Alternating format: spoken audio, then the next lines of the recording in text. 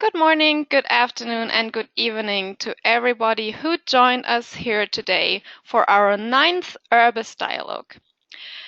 I welcome you warmly to this webinar. My name is Luisa. I work for the ICLEI World Secretariat, and I'm facilitating this webinar from the technical side. This is why I want to give you a brief introduction of how we use the system that you have logged onto. So for the duration of the presentations that you will be listening to, you will be muted. However, we welcome your questions and contributions to the presentations. You can do so by typing in the question box that is in front of you on the webinar panel. Please type your questions, and then in the end, we will have a question and answer session where we will get back to your questions and comments and are happy to engage with you in a conversation. If you have technical problems, please also type them in the question box, and I will assist you as far as I can. I hope you enjoy this webinar with us. And I'm handing over to David Maddox, who is our facilitator for this webinar, giving the introduction to you. Over to David. Hello, everyone, and thank you for joining us. My name is David Maddox with the Nature of Cities. Today we are having the 9th URBIS Dialogue. The title is Greening the Built Environment, Part 1, The Face of Urban Infrastructure is Changing. The URBIS Dialogues is a webinar series about a year and a half designed to address urban challenges and share experiences and connect change makers in our urban biosphere throughout the world.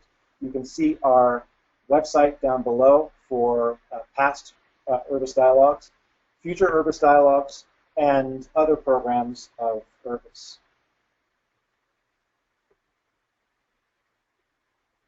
You can see the URBIS advisory board across the top of the screen and a diverse set of our partners around the world.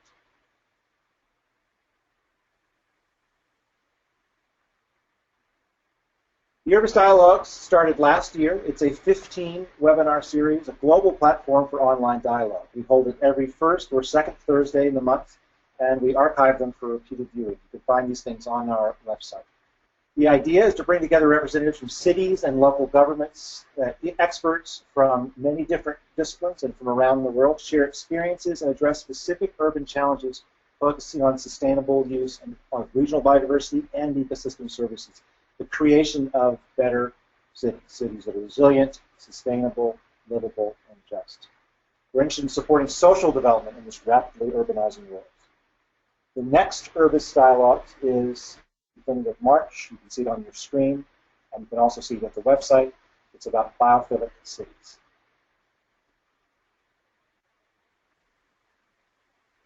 Today's webinar, Greening the Built Environment, Part 1, The Face of Urban Infrastructure is Changing. And we take a very broad view to the idea of urban infrastructure. Buildings, roads, certainly, but we're also talking about green infrastructure, blue infrastructure. So buildings, roads, parks, sidewalks, street trees, streams, water, things that connect, make cities the ecosystems that they are. We have 3 speakers today: Fleur, who is our leader for today, Gary Grant, and Olivier Scheffer. First up is Fleur. Fleur is trained as a practicing landscape architect and urban designer with vast experience in functional or ecological design, from small settlements to city and regional scale master planning. Through both academic and practical experience, Fleur has chosen to champion eco-urbanism principles by having a well-informed understanding of a range of disciplines, interdisciplinary coordination and ecology as the focus. Her work ensures that each project is ecologically led throughout the entire process, focusing on strategic planning, interdisciplinary coordination, and long-term governance. She has extensive experience in integrating built form into the surrounding ecological network, with many built projects to reference both large-scale and specific building, understanding multiple ecosystem services provisioned by this approach, including biophilic, health, well-being, and benefits of those things. Please welcome Fleur tonight. Thank you.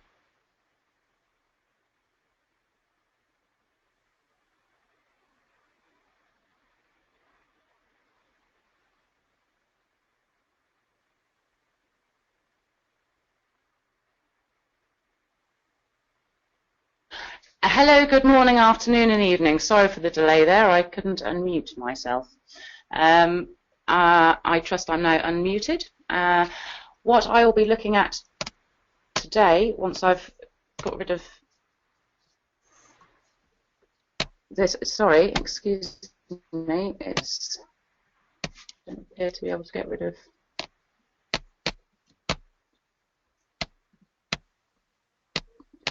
epic fail. Okay, I don't appear to be able to get rid of the webinar screen. Anyway, I shall carry on. What I will be discussing today is how our urban infrastructure deals with water. We have a large amount of water falling from our sky, and our urban infrastructure tends to be impermeable. And so today I'll be discussing what it means to harness, cleanse, and distribute our urban water sustainably. So why, who, and how? For water security, we need to clean this urban water, we need to reduce the runoff and reduce the environmental damage and utilise this water for times of drought.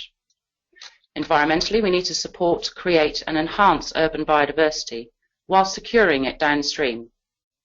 And for health and well-being, water sustains life both physically and mentally, and I think we can all agree there is no question about that. So the very basics, this is our water cycle as it happens naturally, the Earth's water cycle without urban invention. It works pretty well for species diversity and provision of ecosystem services, but then of course we come along. The impact of urbanism. We have the local hydrological cycle. We have, for the top left, we have the natural cycle where we have a good canopy interception, good evapotranspiration, surface runoff is minimal, and the interflow is where most of our water is dealt with as when it hits the base flow. When we start to urbanise this, our canopy interception is reduced, our evapotranspiration is reduced, and our surface runoff is increased. Because the surface runoff comes at such a speed, it has not enough time to get into the interflow. So the long and short of it is described in lower images, where you can see that the evapotranspiration is significantly reduced, the interflow sometimes completely reduced, and we end up with a lot of water to deal with in our runoff. And gone are the days of hard engineering. We have become so urbanised that this is now not the solution. We need to work with nature, or it really is going to work against us, as we have seen here in the UK with many, many floods over the last few weeks, and of course across the world. Thankfully, over the past 10 years, guidance for sustainable water systems, known as water-sensitive urban design, have become part of design criteria. They've emerged globally, and the City of Portland still remains my preferred and most certainly the godfather of all such guidance. We should be grateful that these documents are all out there, and a lot of them don't just deal with the fact that we have to prevent large volumes of water from creating damage, but that we also maintain high ecological status of our waters, preventing the deterioration of existing waters and managing the water bodies that protect ecosystems and habitats. So the benefits of water-sensitive urban design are all no-brainers. The main thing for me as in my field is that it encourages the delivery of enhanced green infrastructure. It allows us more space for green infrastructure and habitat creation. And of course it's the flood risk abatement, it cleans water, it protects and enhances the aquatic systems, and of course biodiversity health. And whether we admit to it or not, we are part of that biodiversity. The standard stages of water-sensitive urban design tend to be living roofs, walls, courtyard gardens, streets, and urban and suburban wetlands. Other considerations I will come to later, but we have living roofs receiving clean water, and then it travels through courtyards and gardens, through streets, and then wetlands, and along the way it gathers toxic particles, and our aim is that we treat it as it moves through our urban environment and return it to the natural water cycle in the best possible condition. I will look at each of these 4 points on, and we'll make points on water, biodiversity, and health and well-being. So firstly, there's living roofs and walls for water. Now, Gary is going to talk extensively about living roofs in biodiversity and water and all manner of things. So I'm going to keep this part of my presentation very short. And just deal with the basics. So clean water falls on our roofs, and so the planting here should be both tolerant of drought and inundation as the water falls, irrespective of continuity. So we also have the capturing of the water and then leading it down through the green walls. All these plants are being treated and dealt with naturally. Living roofs and walls for biodiversity. Rooftops tend not to have the predation that lower level landscapes have, and so providing a safe haven for some species, in particular birds. Rooftop sites can therefore become important wildlife havens where rarities occur. And as an example of a UK roof, there is a roof called the Sparrow Primary School in Sheffield, which has become a local nature reserve.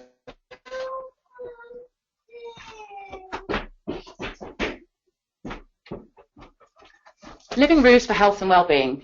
To provide high-rise dwellers with views and access of green space and wildlife, and provide an informal environment for education so people can view these in a voyeuristic way. And incorporating green roofs onto hospitals has proven to speed recovery, as well as office roofs have proven to increase work output and employee status of well-being.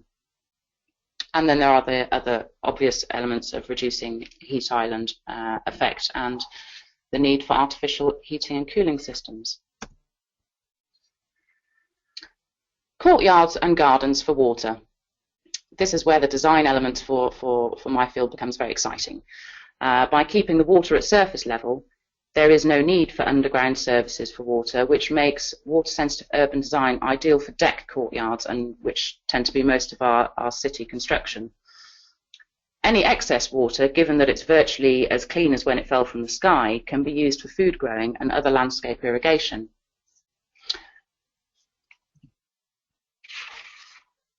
Courtyards and gardens for biodiversity. It is important to create ecological connectivity with the surrounding natural ecosystems, both inviting nature in and allowing nature to spill out.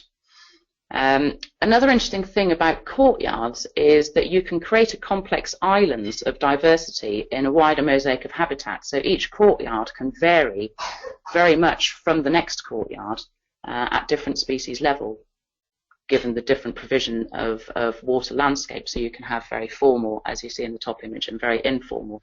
Both of those will have very different qualities for biodiversity. And then there is still and running water, which provides habitat for individual parts of a species' life cycle.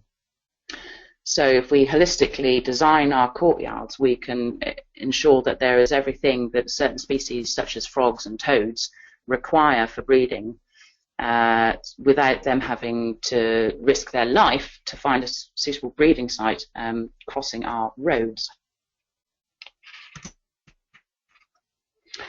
And courtyards and gardens for health and well-being. The ability to visually connect with nature from within a dwelling, as well as in the physical setting, makes nature part of inclusive design principles. Children play amongst the biodiverse setting, feeding their curiosity and engendering environmental stewardship from an early age, which we hope engenders environmental respect later in life.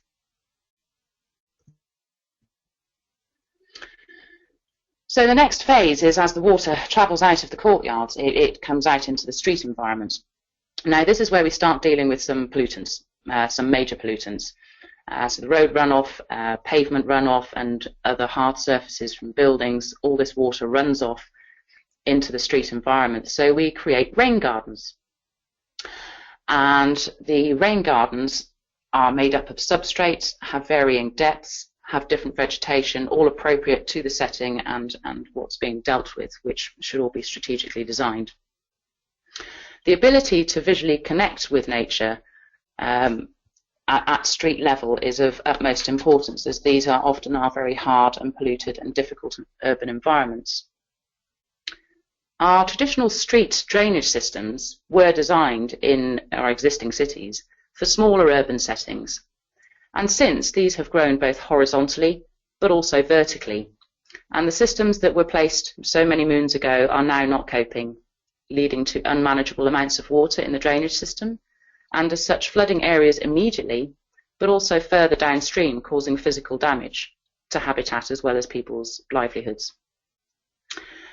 Urban runoff also carries nutrients, silts, hydrocarbons, chlorinated organics and heavy metals from the surfaces of buildings and water and paving and roads directly into the watercourses, damaging aquatic systems far outside our urban realm. And for this, a storm is not even necessary. So ensuring that we clean our water at street level using rain gardens is paramount to ecological health further afield. Streets for biodiversity, as I said earlier, it excites me. We get more space for green streets. The space required for attenuation volumes means there is greater allowance for street planting than in more traditional street treatment. So more SUDs means more green infrastructure, which is great for biodiversity, as we all know. The diversity is also greater because both wet and dry environments are created, and the detailed design of these ecotones should form part of healthy SUDs design. We, of course, also create a canopy of trees. So we have the higher level. The lower level links to more insects and foraging food for the birds that can also then reside in the trees above. Now, streets for health and well-being. The species diversity of both flora and fauna will enhance the quality of life to the street user. The community engagement that comes in with people taking ownership of that little bit of rain garden in front of their garden, taking the litter out, you know, all these things, bringing them back to a nurturing state with nature. Creating a wonderful physical green barrier between children playing and the somewhat dangerous road are all health and well-being benefits provided for by street rain gardens. And so we come to the end of our treatment train, so to say, which is the urban wetlands. So what urban wetlands do in terms of water is they are the larger bodies of water to cope with the final polishing of the water, ensuring high quality is returned to the natural watercourse, or indeed extracted for irrigation purposes. On many schemes we find currently that people are extracting this wonderfully clean water for toilet flushing, which I think is a bit sad, considering the efforts to sustain high water quality levels. A natural urban swimming pool could be an offshoot, or simply storage for irrigation during drought seems to me much more sensible solutions, and we can carry on being creative and come up with many more solutions to use this wonderfully clean water.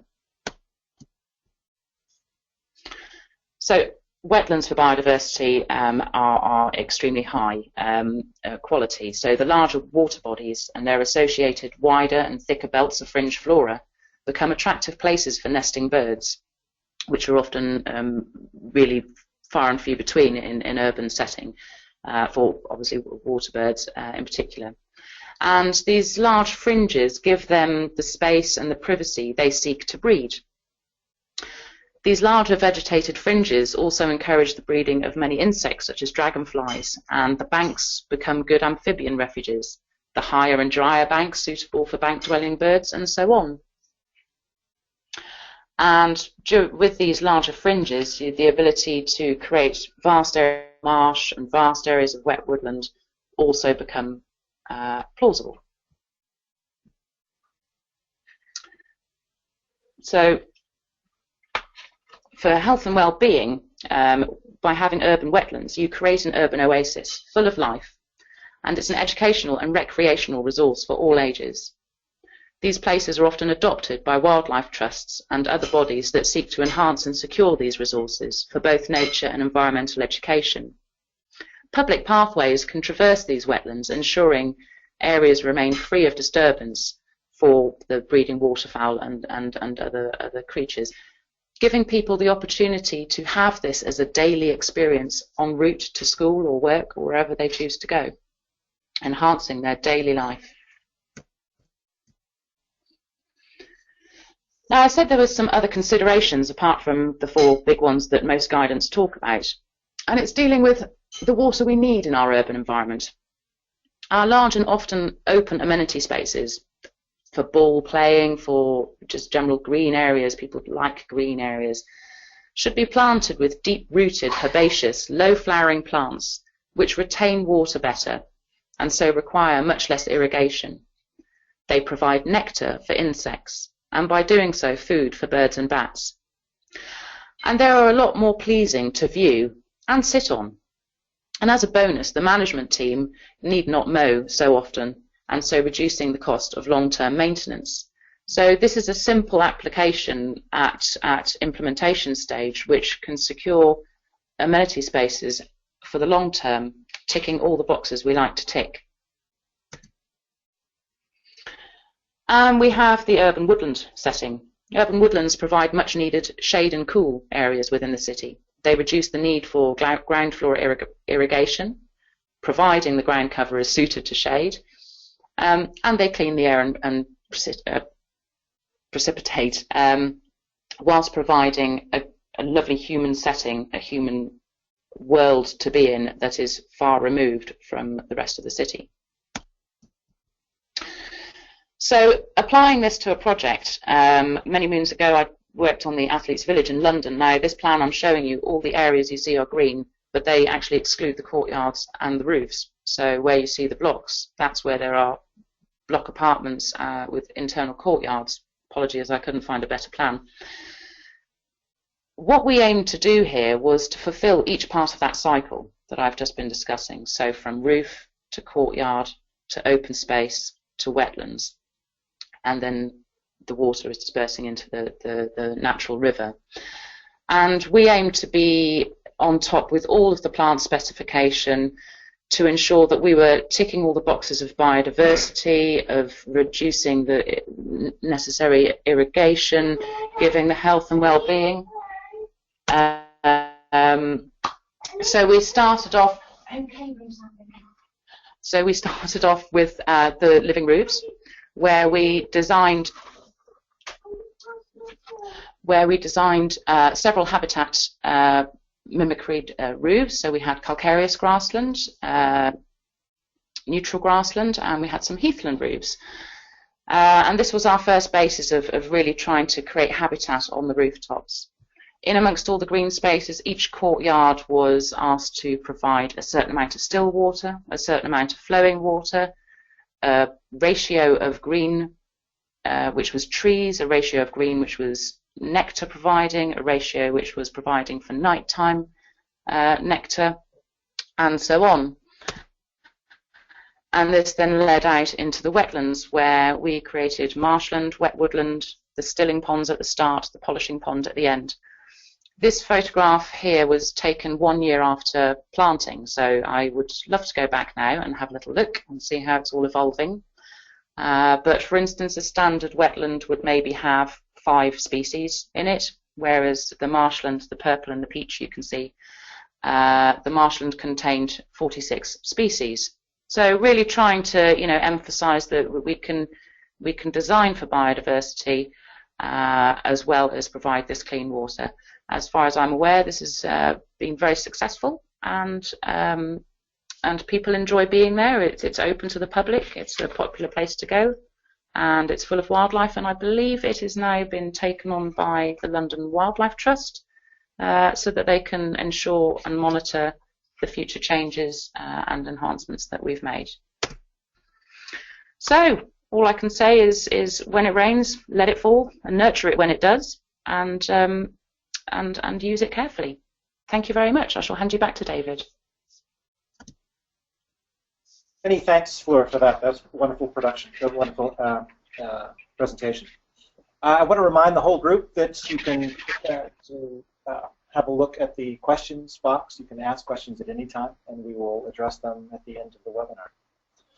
Next up is Gary Grant. Gary Grant is a chartered environmentalist, fellow of the Institute of Ecology and Environmental Management, fellow of the Leeds Sustainability Institute, and thesis supervisor at the Bartlett Faculty of the Built Environment at the University College London.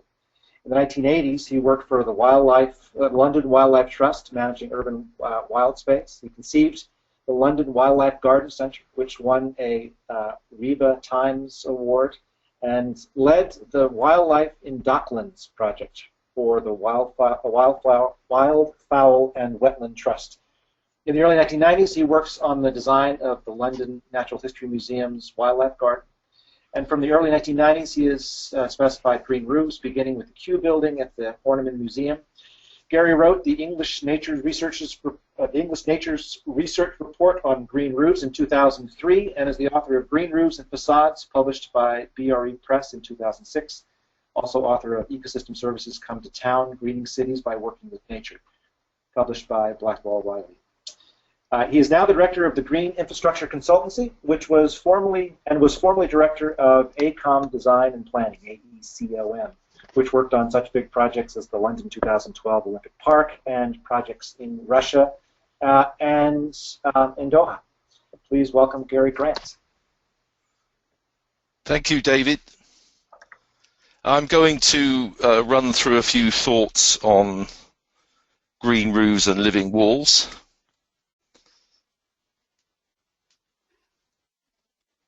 The green roofs are very simple in effect. They are separated from the building by a root barrier. There's nearly always a drainage layer, although there's some controversy about that now. In some dry climates, it's found to dry the roof out from below. There's a filter sheet to keep sediments out of drains, and then a substrate, not soil, but a specially blended material which is free draining yet water absorbent. I'm going to concentrate on the what are called extensive green roofs here. Roof gardens are in effect irrigated and very intensively managed features, but these extensive roofs are very interesting because they're very low maintenance and can be biodiverse. So I'm going to concentrate on those for a little while. And although they're relatively lightweight, we still want to have plenty of substrate there to absorb rain, and I'll show you later why that's important. Now, as I say, we're not putting natural soils on buildings because they tend to clog. Sometimes they have too much organic material in which can dry out and blow away. So we tend to use pumice, crushed brick, recycled brick, water absorbent, free draining materials with a relatively small amount of organic material in these green roofs. So roof gardens, of course, have their place, but as I say, I'm not going to concentrate on those. Now, many people will have heard of sedum roofs, and these were developed in Germany in the 1960s and 70s because they're very low growing and drought tolerant. And there's a common feeling that an extensive green roof should be a sedum roof. And a lot of my work now is looking at how we can work with other types of vegetation to get a similar effect of low growing drought tolerant vegetation that's locally appropriate. So I'm working with people, especially in hot and dry climates, to look at how we can take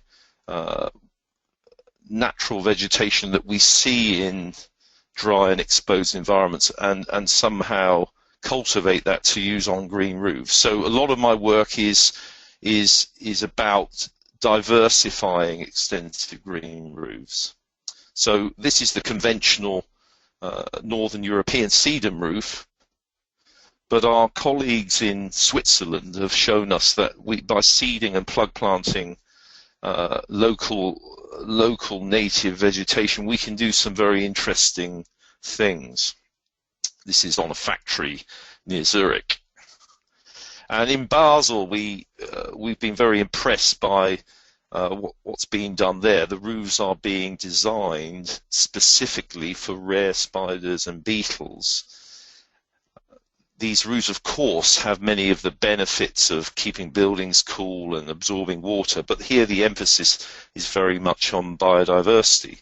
And when you have policies in place, as you have here, where all commercial buildings above a certain size have to have a biodiverse extensive green roof, you start to create islands of biodiversity which act as stepping stones for wildlife. And there's a lot of interesting research now on the way bees and other insects and invertebrates are moving through these environments. Of course, there are some other interesting things that are possible. So we can make wetlands on roofs, for instance. We can pump water to clean it. So this is a factory where they're cleaning water that's used to wash apples. That has a beneficial side effect of cooling the factory as well. And it's worth just thinking about the history of this. In Germany in the 1880s, there were a lot of new, at the time, flat roofs on multi-story blocks where sand was put down on top of bitumen as a fire proofing, and that sand became colonized by mosses and lichens and sedums. So this is where the idea of using sedums came from, and there are one or two of these roofs still around for us to look at. So you heard from Fleur how we really need to get away from the idea of discharging water as quickly as possible into watercourses, and we need to retrofit our built environment with as many green roofs and living walls and rain gardens and so on as we possibly can, so that we're mimicking nature. And of course, green roofs and living walls should be part of that overall approach. Now, the deeper the substrate, the more water we can store. So that's a very important factor. So if a salesman is telling you that he can give you an ultra lightweight, ultra thin green roof which appears green, that may be very interesting, but of course we want to know how much water we can store so that we can help to attenuate and also have that water available for cooling. And this is how that works. So here's Tokyo, which is very hot in summer, and you can see, just make a mental note, to the bottom right you've got a road, there's a railway, but there's a roof garden as well. You take thermal images of these things and you can see that the roads and railways and concrete and asphalt absorb the sun's heat, get very, very hot. But where you have soil and vegetation on this green roof, you have evaporative cooling, which maintains the temperatures around ambient temperature. So this saves a lot of energy, a lot of air conditioning, so on. And this also works at a very subtle level on extensive roofs. So even a few millimeters of extra depth of substrate can make a difference. So here is an experimental green roof where you can see the spiral pattern of different depths of substrate. We take thermal images and you can see where the substrate is just a little bit deeper, it's just a little bit cooler. And just again as a reminder, where you have no green roof, you can see the edges of this test area very, very hot, 20 or 30 degrees centigrade warmer. And the physics of this has been worked out in detail. This is from Marco Schmidt in Berlin. So just quickly on this, a conventional roof, there's no water, so there's very little evaporation. Look at the blue arrow, is very small. And then on a green roof, a lot more evaporation and evaporative cooling. So you can see the blue arrow is a lot bigger. So that's really the key to this. And something that's now firmly on the agenda, biosolar roofs, as they're being called, combinations of PVs and green roofs. The PVs are kept a little bit cooler, so they're more efficient, and we can create a variety of habitats for wildlife, shade conditions. So if people tell you there's a difficult choice between PVs and green roofs, that's not correct. We can combine them to great effect, and if you go to biosolarroofs.com, you can read more about that. So be very wary of systems that are monocultures. Be very wary of homogeneous, lightweight systems. They may have a role, but really we need to think of roofs as landscapes that need to be locally appropriate and to respond to the climate, the microclimate, and the local setting. So there's a lot more research to be done around the world to find locally appropriate green roofs. We mustn't just import Northern European technology. We learn from that, but we don't import it as it is. We develop a local version of a German green roof, if you like. And we can vary roofs so that we can benefit a whole range of species. This is what they do in Switzerland.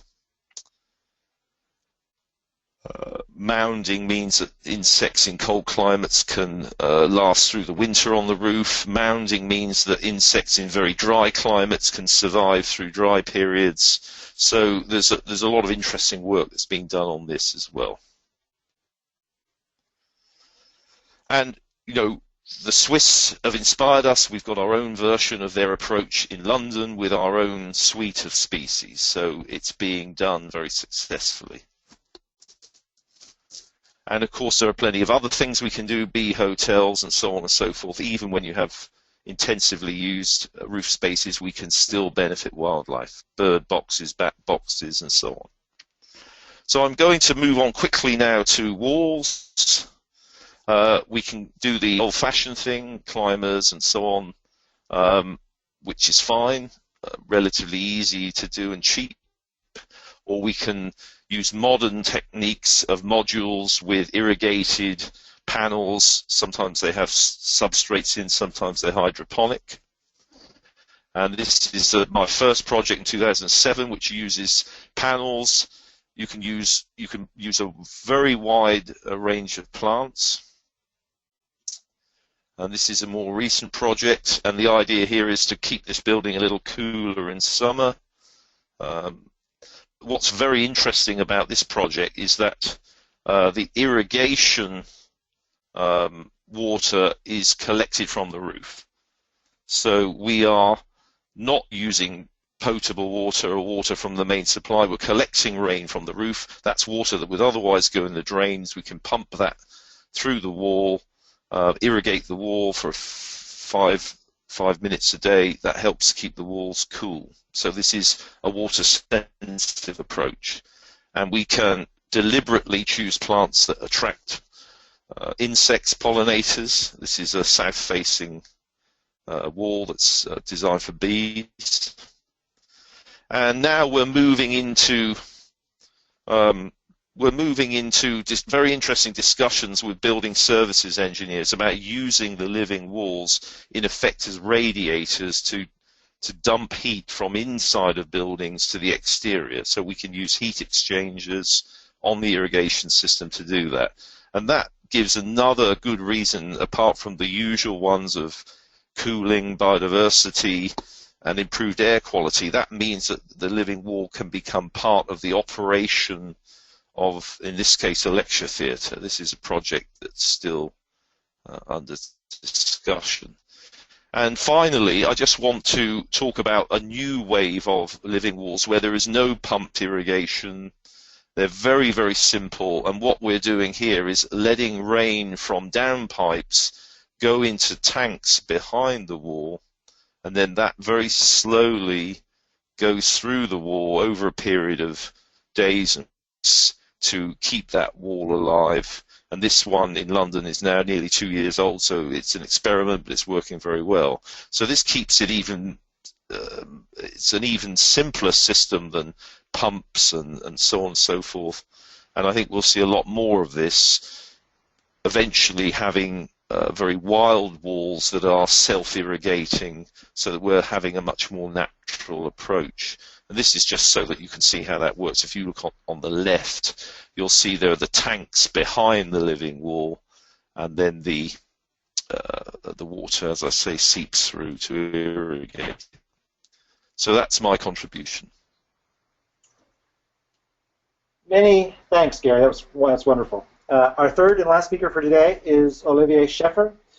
Olivier is the Research and Development Director at XTU Architects with more than 20 buildings and numerous prizes and distinctions. XTU is an architecture studio specializing in radically modern and environmental buildings inspired by natural systems. It recently won the French Pavilion for the 2015 Milano World Expo. XTU is the inventor and leading partner of SemBio 2 biofacade research program aiming at producing microalgae in symbiosis with the building, and a first pilot project under construction near Paris. XTU and SemBio 2 recently won the Reinventor Paris competition with a project incorporating a 1,000-meter square biofacade. Olivier facilitates the SemBio 2 program, among other collaborative research projects, Wild on Wall, Green Concrete, and others. He has much experience in research, innovation, new products, and business development, both in the digital information and construction architecture fields. He's also a board member at Biomimetic Architecture of Biomimicry Europa, and a moderator of the Scientific Interest Group on Bio-Inspired Habitat from the European Center of Excellence on Biomimicry in the Senlis city north of Paris. Please welcome Olivier Scheffer. Hello, everyone, and hello, David, and thank you for inviting me to your URBIS webinar. I'll try to keep it short because I think we have very little time left. Here are a few pictures of what XTU is doing. Here a picture of the French Pavilion from last year in Milano. Like you said, we're working on innovation and bio-inspired or bio-assisted innovations in our projects. And today I'm going to guide you through another kind of green infrastructure. We've seen a lot of biodiversity, which is great, and we're at XTU very interested into that. We're working on a few developments on this subject, like green walls, vertical meadows, and very interesting stuff like Gary Grant showed. Today I'm going to guide you through another kind of green infrastructure, which is urban agriculture, and more specifically urban algoculture. So first of all, why microalgae? We're working with microalgae and trying to invite them into our cities for several reasons. The first reason is that they're a critical pillar of our biosphere. You could say they're the original Earth chemical plant.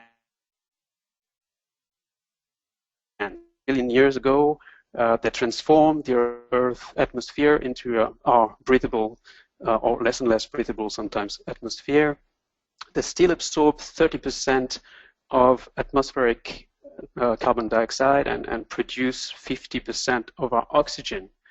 They're also at the origin of the marine food chain, and of course at the origin of sedimentary deposits and rocks and hydrocarbons. They're present in aqueous media everywhere, both oceanic, terrestrial, rivers, lakes, and in all biotopes exposed to light under all latitudes. Their main advantages is for us humans and our urban societies is that they have a very high molecular diversity. You can find proteins, carbohydrates, lipids, pigments, polyunsaturated fats like DHA, polysaccharides, all sorts of vitamins. They also have a very high biomass productivity, like 5 to 10 times more than higher plants, cultivated species. They use approximately 40 times less water consumption versus beef for 1 kilo of protein, and they absorb 5 to 10 times more carbon dioxide than a growing forest. And also they have the ability to grow from waste and effluent. So for all those reasons, they are are very interesting both for urban agriculture, green chemistry, and environmental services. So that's the reason why their market has been growing very steeply recently. There's a strong increase in microalgae biomass production, you can see on the chart here. But as a matter of fact, there are only 10 cultivated strains out of 200,000 wild strains, and the Tara Oceanic Mission says there might be 1 million different strains around the world. So we're really at the Neolithic stage of this algoculture today. The world production is mainly dominated by Asia, 50%, and there are no European company able to produce more than 200 tons per year today. So it's an early stage market now, but there are already a very wide variety of applications for health, cosmetics, nutraceuticals, food and feed, green chemistry, and environmental services, and a lot of large industrial companies are and startups are interested into its development. The most interesting part today in microalgae culture is mainly nutraceutics and food and feed supplements. If you go to your nearby bio shop, you will, or organic shop, you will certainly find a lot of products made out of microalgae, as they contain, lots of interesting stuff like antioxidants, immunostimulants, prebiotics, beta-carotene, and lots of things that are very healthy for our organism. You can check, for example, on internet, spirulina, that I guess everybody knows here as a super food product. So this introduction to microalgae, to understand why we chose to integrate microalgae cultures in cities and integrate them into facades. Today, the algoculture, the culture systems, face a lot of challenges. If you want to cultivate high value enclosed and controlled culture systems, other microalgae, not so high value microalgae, you can cultivate in open pounds or what they call raceways. But when you want to produce very specific immunostimulants or nutrients, you have to cultivate them in closed and controlled culture systems. But those culture systems are facing challenges that are a lot of energy consumption because of a lot of water that needs to be pooled in those pipes that you're seeing there, for example, as photobioreactors. A lot of energy for thermal regulation, and of course a lot of capital expenditures, because all this is quite costly. So a typical algae producer will face a lot of costs, and therefore the product cost, the global product cost is quite high now on the market.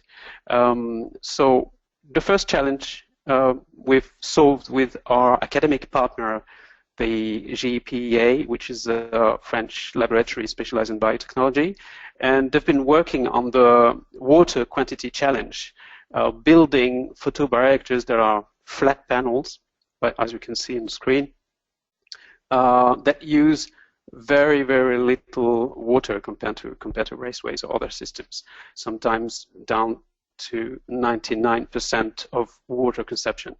That was the first challenge. But still we're facing very high capital expenditures and very high high thermal regulation costs.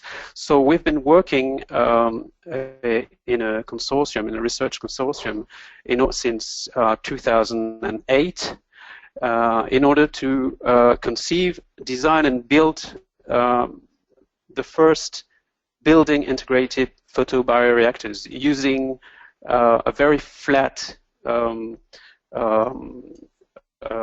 glass in order to produce microalgae between two sheets of glass, in a way.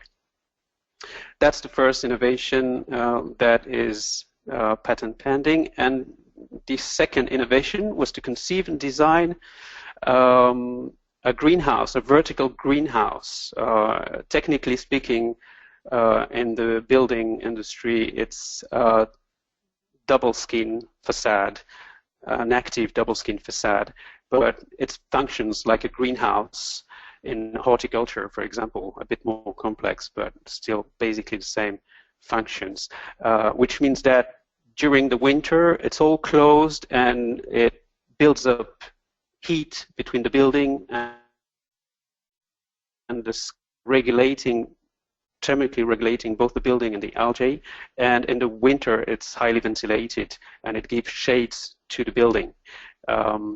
And we've also been working on heat exchanger behind the photobioreactors. So the combination of those two innovations enabled us to develop the first prototypes in this collaborative research program, and they've been running fine since 2013, and with the help of a large R&D platform in Saint-Nazaire in the west of France, and we just delivered last week the first biofacade test unit. It looks a bit harsh now because it's a test unit, of course, on a building on the French Scientific and Technical Center for Construction. So you might see it as a curtain wall, simple skin or double skin curtain wall that could be used on large buildings, large office buildings, for example, like the picture of Gary's tower in Japan, for example.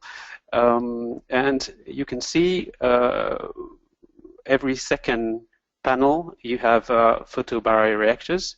And the major difference here between what's been done before in the world, I'm thinking of the BIQ, is that this is a facade. It has all the functions of a facade. It's not an external equipment put on top of a building like a thermal solar panel or like a photovoltaic solar panel. It is the facade, and the facade itself is airtight, watertight, windtight, and is including photobioreactors as a standard panel. So it gives the ability to buildings to really build new producing buildings, integrating algoculture directly into their facade. So we just won the Réinventer Paris competition with a building project that's going to produce high-value macroalgae for medical research. And just to finish, give you a quick look at how it works and why are we putting microalgae and biofacades on buildings. The main reason is industrial ecology and industrial symbiosis. There's a thermal symbiosis between the biofacade and the building, and it helps reduce thermal regulation both for the building, 50%, and for the culture of algae, 80%.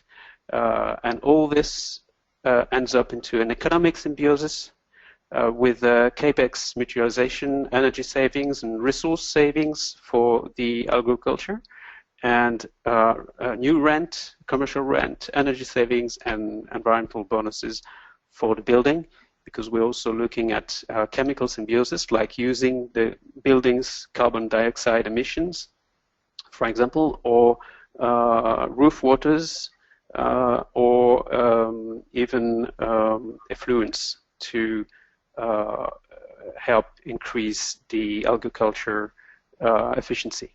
So I think I'll end my presentation here. thank you for listening to it, and I'm open to all questions. Thank you very much. Many thanks, Olivier. Many thanks to all three of our presenters for their very excellent presentations. We have now an open question and answer period. So if you have questions from the group, please type them into the questions section on your control panel, and we'll send them to the panelists. We have a couple already, and the first question, let's give to the whole group. Maybe it's directed at Gary Grant. It's a question about the water use in buildings. Gary, you talked about the idea of using rainwater from the roof to irrigate green walls and other green infrastructure. Is it possible also, are there developments in using gray and wastewater from the buildings themselves to irrigate the green infrastructure? Yes, there are. There are. There's a project in Spain, which is probably the most advanced, where they're using grey water, which is the wastewater from showers and basins, to irrigate a living facade. And that also has the benefit of cleaning that grey water as well. So there are already projects underway to do that. And it does make sense to irrigate using grey water because it's a very reliable source of water. If a building is occupied, there's a high reliability of grey water supply. And we have a very international audience, so we have a couple of questions from an international sphere. One of them is from Colombia, from Oscar Galvez, and he asks, he was very fascinated by the idea of blue infrastructure in general. We talked about it in terms of the tops of buildings, but also Fleur talked about developing green infrastructure and blue infrastructure at the inside and the margins of cities and former wetlands. In a tropical city, though, there's been a lot of news these days about disease vectors, mosquitoes and so on. What are the concerns that we have about expanding urban and suburban wetlands with respect to also facilitating disease vectors? Well, is that one for me as well? It's for the group. Yeah. Okay. Well, this is about. We have to be very, very careful about this issue because by getting rid of water from tropical environments altogether, we may end up doing even more damage. So we have to be very specific about the pest or the disease that we're dealing with, and focus on that. So, for instance, it may be that water is not standing water for very long, except for a couple of hours after rainfall. For instance, there are guidelines about avoiding habitats for mosquitoes to breed. If the water is only there for a couple of hours, that's not a problem. And there are specific techniques for dealing with specific pathogens and diseases. So we shouldn't be too quick to dismiss the idea of bringing blue infrastructure into the tropical environment. So this is a detailed discussion about the specific problems. I quite agree with Gary there. I think we mustn't let the fear get to us. Although the fear is very real and warranted to a degree, but where there are many biological ways that we can deal with that. And as Gary says, if we move the water on, or if we keep it aerated, or we have biological means at the bottom of the water installations that we put in, which release certain biota that will deal with these pathogens, there most certainly are many biological methods to avoid huge catastrophes like that. But no, the fear I imagine is very real. It's not very nice what's going on in South America at the moment. So, but there are most certainly biological methods to deal with it, and the requirement of water in the urban realm is most certainly of great importance. Let's stick with an international question at this moment.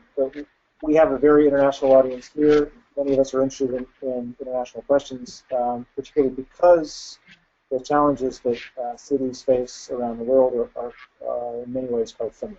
Many of the cities share the same kind of challenges around the world.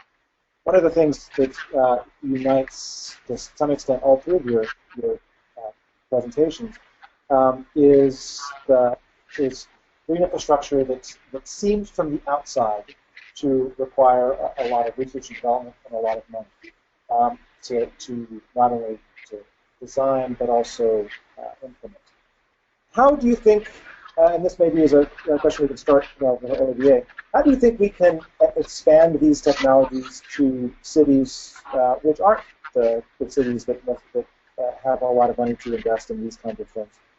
The Londons, the New Yorks, the Berlins of the world. How can we expand this important technology to other cities which aren't so well off? Olivier? Okay. Yes, thank you for this. It's a very interesting question indeed.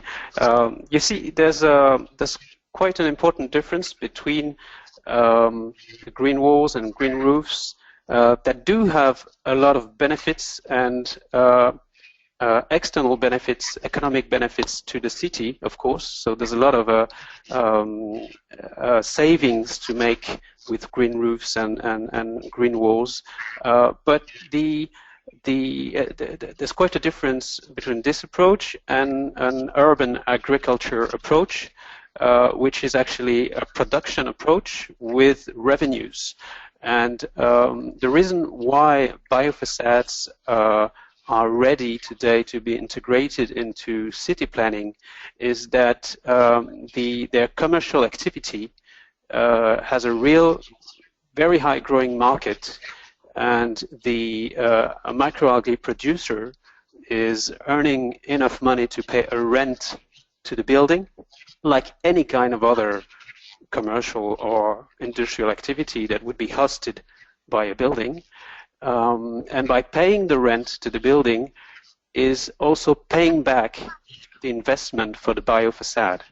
So in the end, you end up with a facade for your building that is both productive, chemically active, and more environmental, enabling the building to reach very high certification, environmental certification, for example. But the most important thing is that the microalgae producers will, in a way, reimburse the investment in the biofacade by paying a rent. So the economic model here is quite nice, as if you're looking at classical vertical farming, the productivity is maybe, and the market prices are maybe not as high today in order to really reimburse the investment, unless you have quite a lot of area used.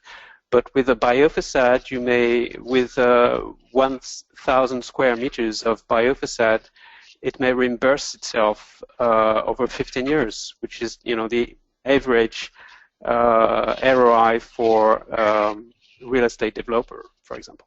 I hope this answers the question. Yes, thank you. Gary or Fleur, do you have anything to add to that? Talking on the green infrastructure front, I suppose, and just want to say very quickly, there's the lovely story of the man who cultivated and planted in a 60-year lifespan thousands of miles of mangrove in India. So I think my point with that is that sometimes these things don't necessarily cost as much money in poorer states, in poorer countries. Maybe it's about cultivation and horticulture and elbow grease. Another question from about topics in particular. We can imagine lots of need for heat exchange in hot tropical countries. But another thing that characterizes tropical countries is extremes of weather. And this is a question from Timothy Bashun. Are these technologies compatible with regions that have extreme changes in particularly rainfall, dry seasons and wet seasons in the Panama and other cities? This is for anybody. Right. So this question, I didn't hear all of it clearly, but I think the question was about extremes of rainfall and extreme weather. Is that right? Yes, that's exactly the question. Yeah. So this is a question of making the design locally appropriate. So, for instance, we know from Singapore, where they're a world leader in building integrated vegetation in tropical areas where rainfall can be extremely heavy. We know that it's possible to develop methods with the right kind of drainage and so on, which work very well. So I'm very confident that we can develop the right kinds of vegetation and the right kinds of supporting structures for all climates. But of course, we do need to do a little bit more work on the hot and dry.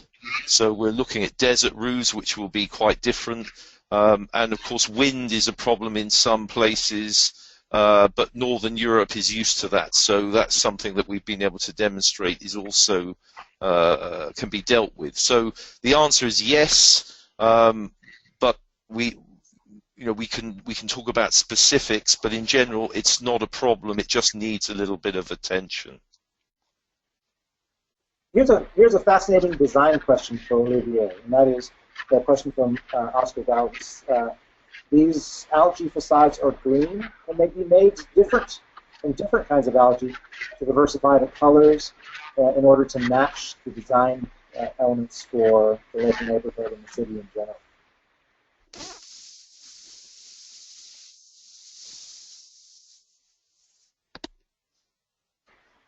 Okay, I'm back.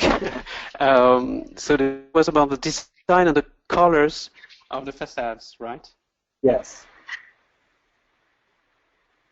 Okay. Let me share a slide, if I may, in order to show the different colors you may have. In my presentation, I don't know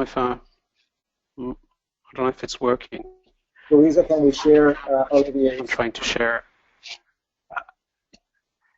All right. Okay, thank you.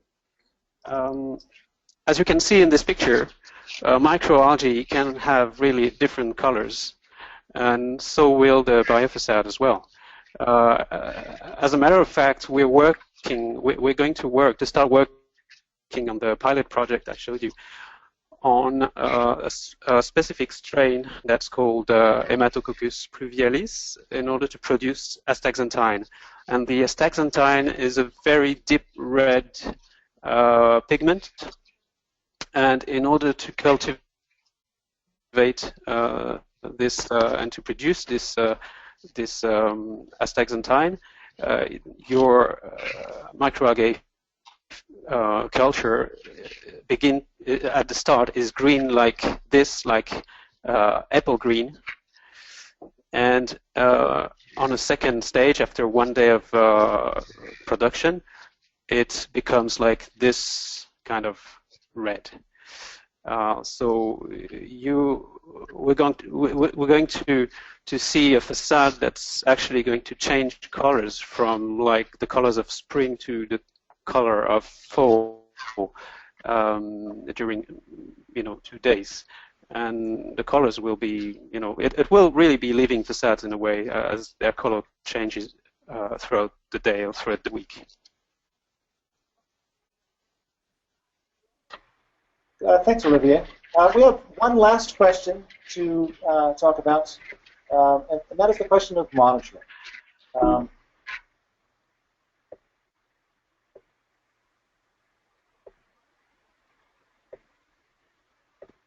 And the question is this: how do we see the need for long-term monitoring of the infrastructure to track successes and failures that could inform design and designers? And in particular, the most important aspect of this question is, who should be responsible for this monitoring? Since such monitoring is frequently beyond the contractual responsibilities of the design team. How can we build monitoring into this system? And this will be the last question for anybody. Okay, I'll give a very quick thing. It obviously changes throughout the world, and different places will approach this with different enthusiasm, I suppose is a good word. I know here in the UK that we've, over the past 15 years, I've designed a lot of sort of ecological places within developments, and like you say, the contractual period ends. Some of those places have become so ecologically interesting that local trusts have taken them on. But there's also the chance or the opportunity to develop community interest. The interesting thing about it all is how do you teach them to monitor? If it's a community group who just have an interest in nature, you then have to disseminate the information that allows them to monitor correctly. But I suppose bottom line is, yes, monitoring is essential to make sure we're doing the right thing and not doing the wrong thing. I think Gary could probably say something. Yeah.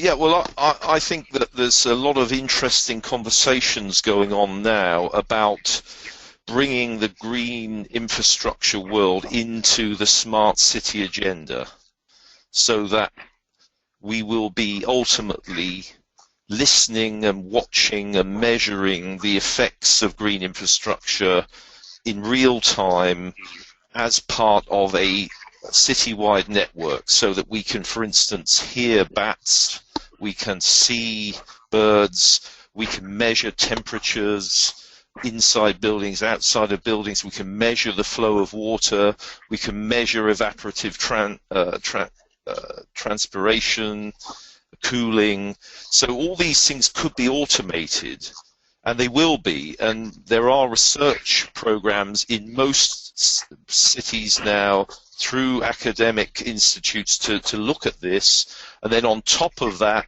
we can take Fleur's citizen science example and we can fill in the details. So I'm very optimistic about the network of monitoring that will be in place as part of that effort.